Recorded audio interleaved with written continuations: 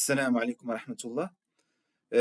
Donc, après la dernière vidéo, nous avons vu la notion de tuple. Dans la même perspective, dans cette vidéo, nous allons voir un autre conteneur, à savoir les sets ou ensemble. Et c'est presque la même notion mathématique, c'est-à-dire qu'un ensemble, un set, ne permet pas la duplication des éléments.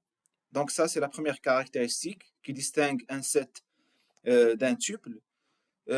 Informatiquement parlant, l'initialisation d'un set ou la définition d'un set, elle se fait via une paire d'accolades, d'accord? C'est pas comme les tuples où nous avions utilisé les paires de parenthèses, d'accord? Donc, comme j'ai dit tout à l'heure, elle ne permet pas de duplication. Voilà un exemple. Un set qui contient 4 éléments, un qui est dupliqué.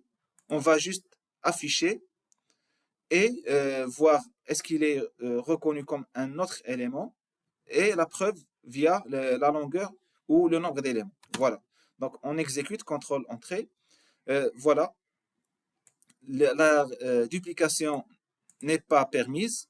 Il considère qu'il n'y a que 3 éléments et même dans la longueur, il affiche une longueur de 3, c'est-à-dire ce doublon-là, il n'a pas été comptabilisé. Pour les 7, le 1 et le true, le 0 et le false sont identiques, c'est-à-dire dans cet exemple-là, il ne va pas reconnaître le 0, il va juste reconnaître que le false, et le 1, c'est un doublon du true. Donc, lorsqu'on va exécuter, voilà, donc il n'affiche pas le 0 et le 1, d'accord, mais il affiche le true et false, et il considère la longueur c'est 6, c'est-à-dire que le 0 et 1 ne font pas partie de l'ensemble, ou là, du set. Le, le set, on peut l'appeler en utilisant le constructeur set, d'accord, le mot-clé set, qui est un convertisseur constructeur. Donc, à votre niveau, c'est plutôt un convertisseur, d'accord? C'est un moyen pour convertir un ensemble vers un set. Voilà l'exemple, d'accord? Ici, pour les listes, c'est permis, tandis que pour les sets, c'est pas permis, juste pour voir la preuve ici. La différence entre set et liste. Un set, c'est une collection non indexée, c'est-à-dire qu'il n'y a pas un ordre bien déterminé. Donc ça, c'est pas forcément le premier élément du set. Ça, c'est un élément. La deuxième chaîne, c'est un deuxième élément, ainsi de suite. Mais pas forcément premier, deuxième, troisième. D'accord? La preuve, nous allons exécuter, d'accord? Et il y aura une erreur.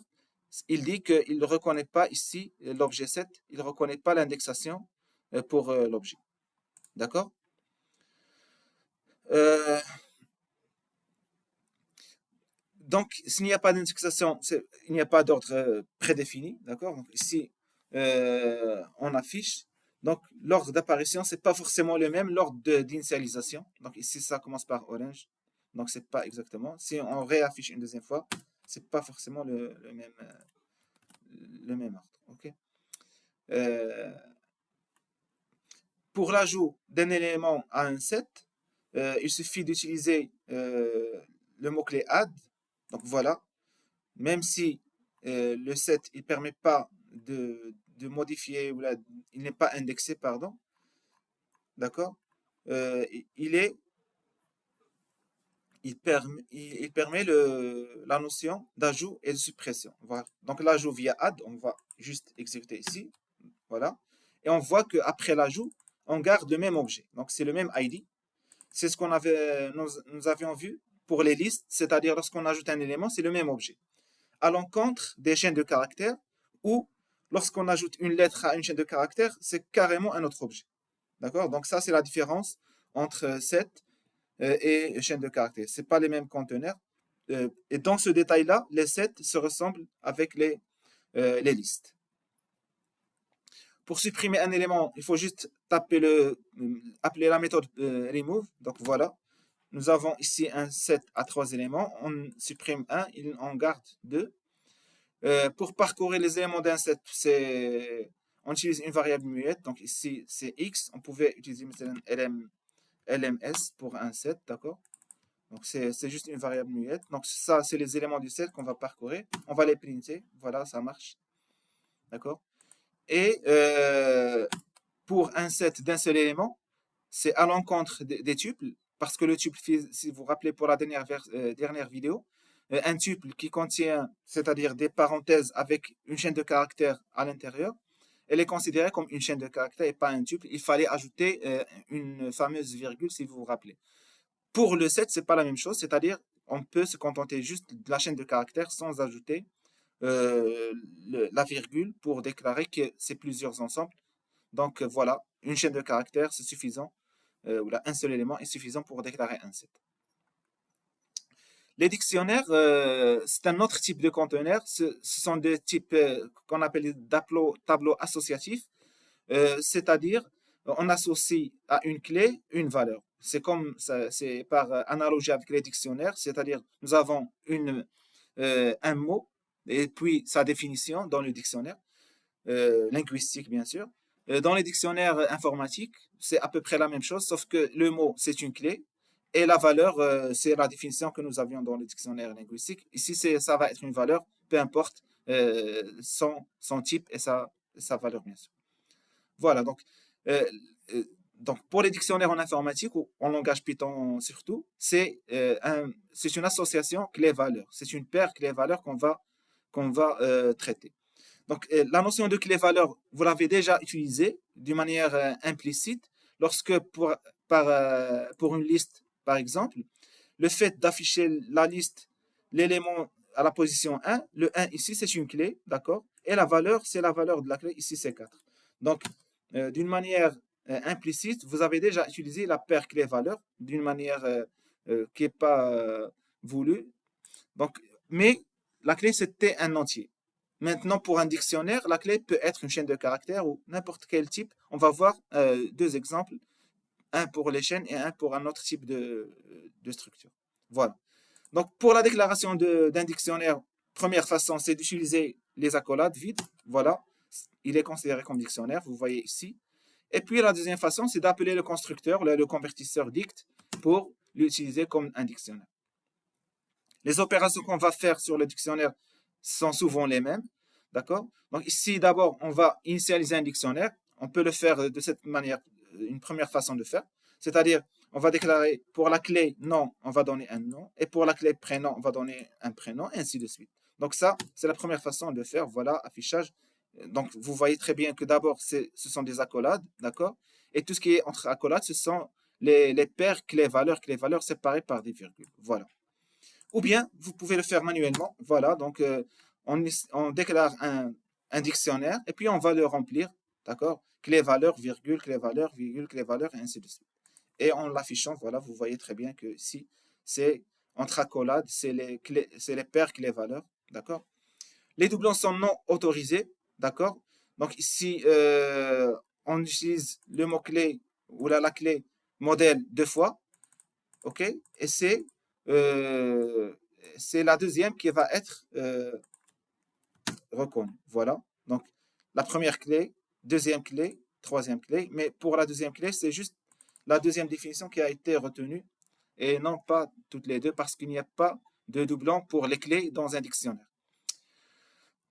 Pour récupérer une valeur par rapport à une clé, il faut juste appeler la méthode get. Voilà. Donc, pour le même dictionnaire B de tout à l'heure, voilà, la première ligne, on affiche tout le dictionnaire, et pour s'assurer, d'accord. Et puis, on appelle le nom, la clé nom, on l'affecte à une variable name qu'on affiche ici, et voilà, il récupère la valeur associée à la clé nom. Si vous voulez chercher une clé qui n'appartient pas, donc voilà, ici on va faire, par exemple, dans le dictionnaire de tout à l'heure, il n'y avait pas de clé adresse. On va exécuter et il affiche un none ici. Donc voilà, pour lui, il ne trouve pas, il va retourner un nul. Donc pour remédier à ça, ce qu'on va faire, c'est on va gérer la situation, d'accord? Et pour rechercher une clé, on va si la clé existe, il va l'afficher. S'il n'existe pas, il va juste afficher ici un message d'erreur. Voilà, c'est ce qu'on va faire. Donc champ adresse inexistant. D'accord, voilà. le champ adresse est introuvable.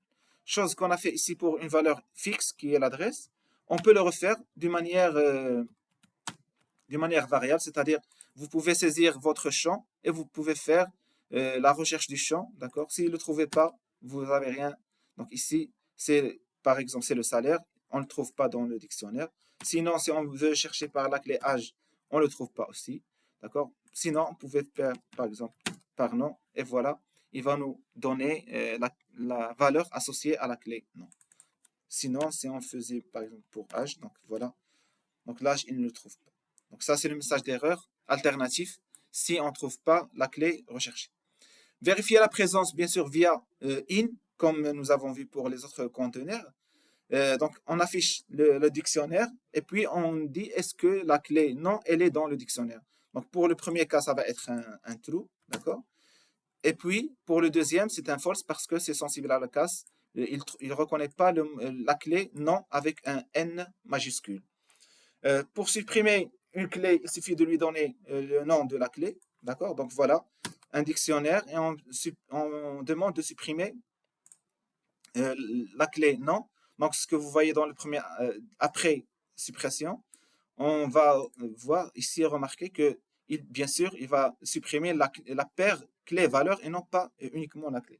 Donc ici, la paire non-valeur, clé-valeur, elle est supprimée du dictionnaire. Pour récupérer les clés, c'est-à-dire pour faire un parcours et récupérer toutes les clés d'un dictionnaire, donc ici un dictionnaire qui s'appelle fiche, d'accord? On va juste faire ici un parcours par une boucle for, mais dans l'ensemble fiche.case, d'accord? Ça retourne toutes les clés possibles, ou bien les valeurs, au lieu de case, ça va être values, donc c'est toutes les valeurs possibles pour le dictionnaire qui s'appelle ici fiche, ok? Sinon, si vous voulez les deux, c'est item, d'accord? Donc, voilà. C'est les paires clés-valeurs, clés-valeurs. Tant qu'il trouve de clés-valeurs, il va les afficher. Lorsqu'on avait parlé de clés, nous avions dit que tout à l'heure, nous avons déjà utilisé une clé entière. Ici, nous avons vu l'exemple d'une clé chaîne de caractères. On va voir un troisième exemple qui est une clé sous forme de tuple. C'est le cas si on veut, par exemple, affecter à un point dans le plan qui a deux coordonnées abscisse et ordonnée. On va leur affecter une valeur qui a une signification, d'accord? Donc ici, un dictionnaire B, et le point à la position 3,2, on va lui affecter la valeur 12, par exemple, et le point à la position 4,5, on va lui donner la valeur 13, une valeur quelconque, d'accord? Et puis on va afficher. Après, on va vérifier est-ce que ces coordonnées 3,2, elle est dans le dictionnaire, et est-ce que ce 12-là, il est dans le dictionnaire. D'accord? C'est ce qu'on va faire. Tac. Voilà. Donc le dictionnaire, c'est la clé, c'est la paire 3,2, et la valeur, c'est 12. La clé, c'est 4,5, la valeur, c'est 13, et ainsi de suite. Est-ce que la clé 3,2 appartient au dictionnaire true? Est-ce que le 12 appartient au dictionnaire false? Pourquoi? Parce que le 12, c'est une valeur et ce n'est pas une clé. Lorsqu'on fait un in, automatiquement, il va chercher dans les clés et pas dans les valeurs. Voilà, si on veut chercher dans les valeurs, donc le 12, il faut chercher dans values ici et pas dans B. C'est ce qu'il fait et il va trouver un true. Pour copier un dictionnaire, c'est la même chose que lorsqu'on avait fait pour les listes, c'est-à-dire on affecte une liste à une autre, d'accord?